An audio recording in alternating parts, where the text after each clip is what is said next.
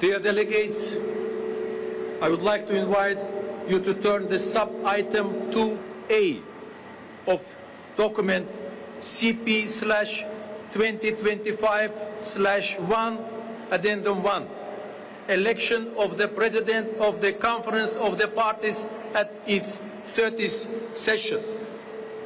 In accordance with the Rule 22, Paragraph 1 of the draft Rules of Procedure being applied, the office of the President is subject to rotation among the 5 UN regional groups.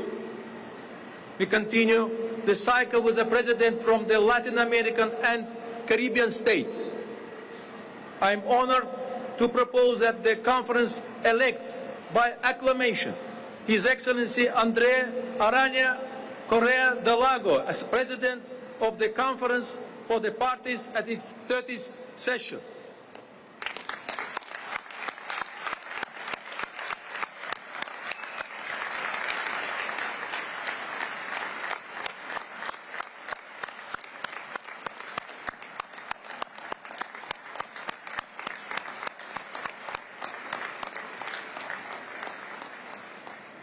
It gives me great pleasure to declare His Excellency André Aranha Correa de Lago elected President.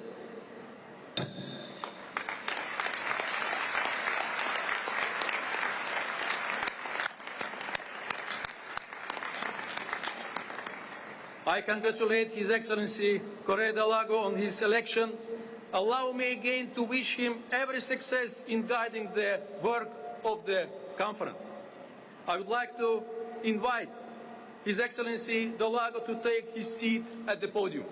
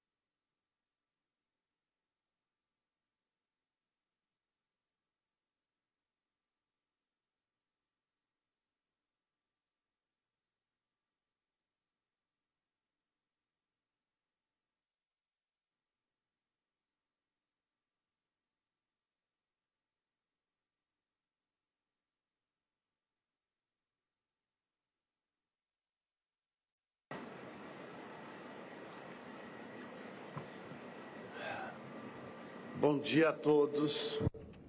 Good morning, everyone. Very welcome to the beautiful Belém. Mr. President of the Republic,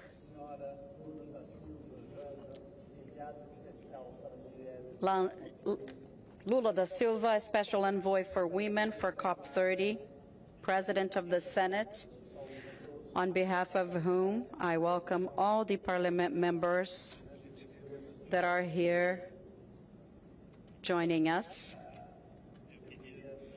I would like to commend the Minister of Justice on his behalf, the ministers here present,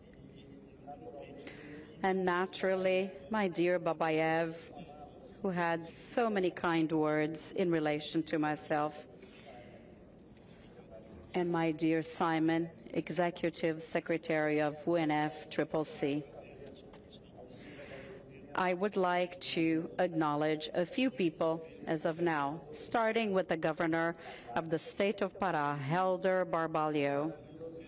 It is wonderful to see your pride in being the Governor of Pará. This is extraordinarily contagious.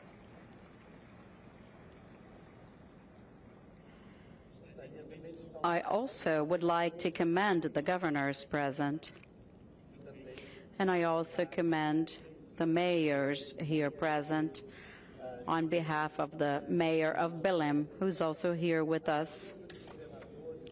The presence of governors and mayors is extremely important because subnational entities play a central role in implementing the decisions of the COPs.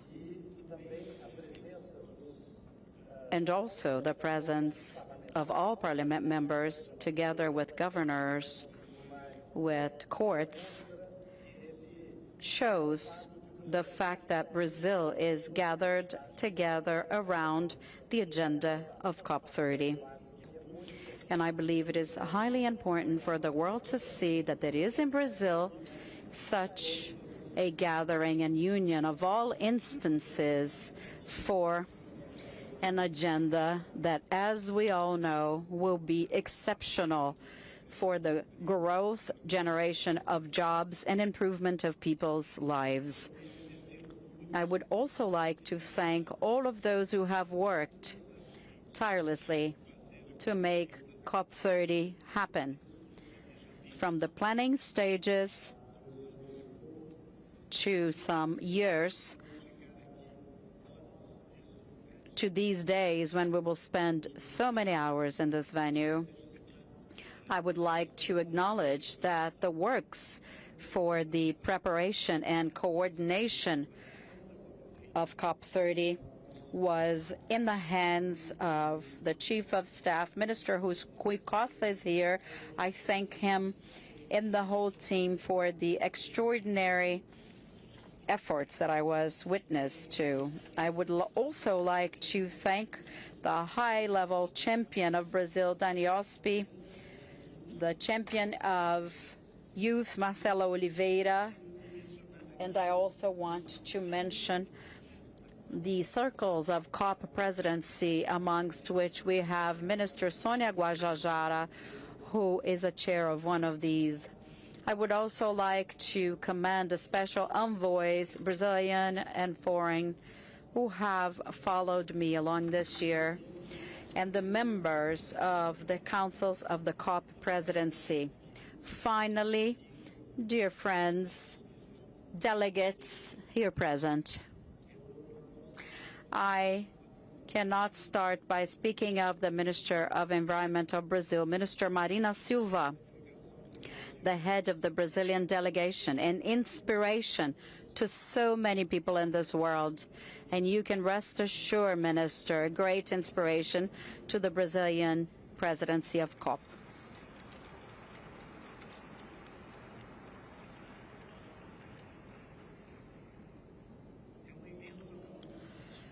It is a great honor to assume the presidency of COP30. I have 43 years of diplomatic career, so I think I can understand the responsibility ahead, which is not small, not only during the 12 days of the conference, but also throughout the 12 months ahead of me as my mandate as the president of COP. In 1992, I was just a young diplomat working on the organization of Rio 92 conference, the United Nations Conference on Environment and Development, where the UN Climate Convention was born. I became fascinated with the topic at the time, with the possibilities that this agenda opened for the Brazilian diplomacy.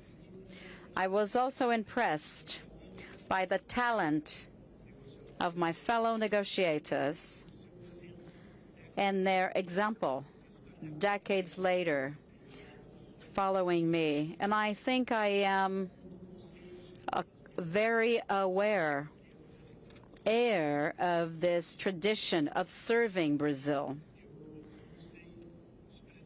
I cannot express how proud I feel to serve my country. I would like to pay a tribute to all the colleagues who before me have taught me to make the things that I will try and do here in this COP under my presidency. We're gathered here to try and change things. I deeply believe that human beings are essentially good, but we know that they are capable of terrible things, such as war, which has unfortunately returned to threaten the lives of so many. Yet humankind has done and continues to do extraordinary things, and to think that we can improve people's lives is what inspires us. And despite recent setbacks, living conditions around the world can continue to improve. Science, education, and culture show us the way. And in the fight against climate change, multilateralism is the way.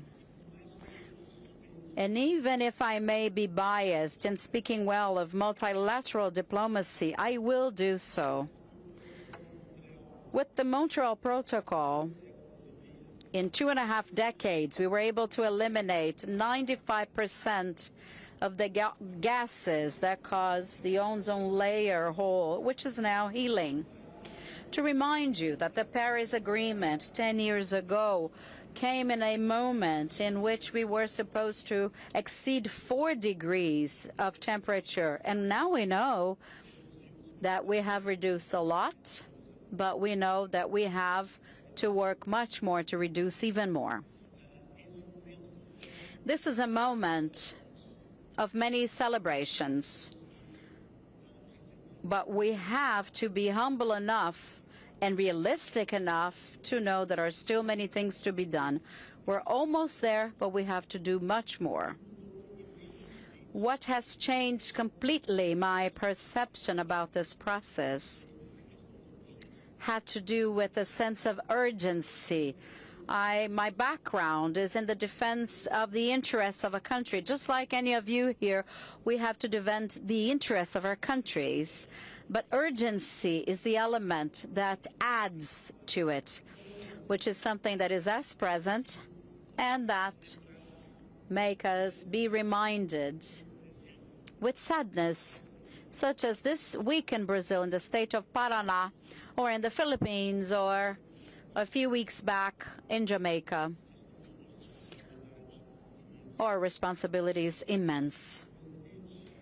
President Lula, I owe entirely to you the fact that I am sitting here today.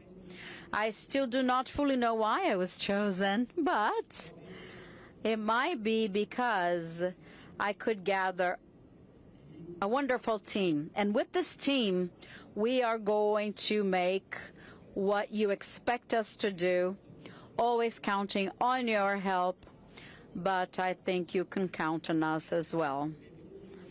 During the mobilization process to prepare for the COP period, we were able that one word, which is an indigenous word in Brazil called mutirão, became a word in every dictionary.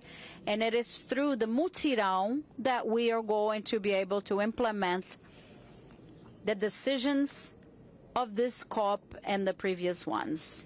We want, and we have said many times, but we have to repeat, this is a COP that has to present solutions, and the action agenda that we have structured for this COP of which we will have many ministers of state of Brazil and other authorities in multiple events with absolute essential dimension, this action agenda will show many pathways. Therefore, this is a COP of implementation. I hope it will be reminded as a COP of adaptation, a COP of advancing climate integration with the economy, activities, generation of jobs, and above all, a COP which will hear and believe in science. And in this sense, Mr. President, thank you for having found the ideal formula to define this COP, which is the COP of truth. Thanks so much, everyone.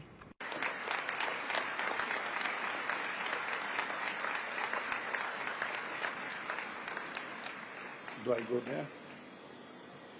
Agora eu tenho que aprender. Now, I need to learn how to be COP president, and thank God I have help right next to me.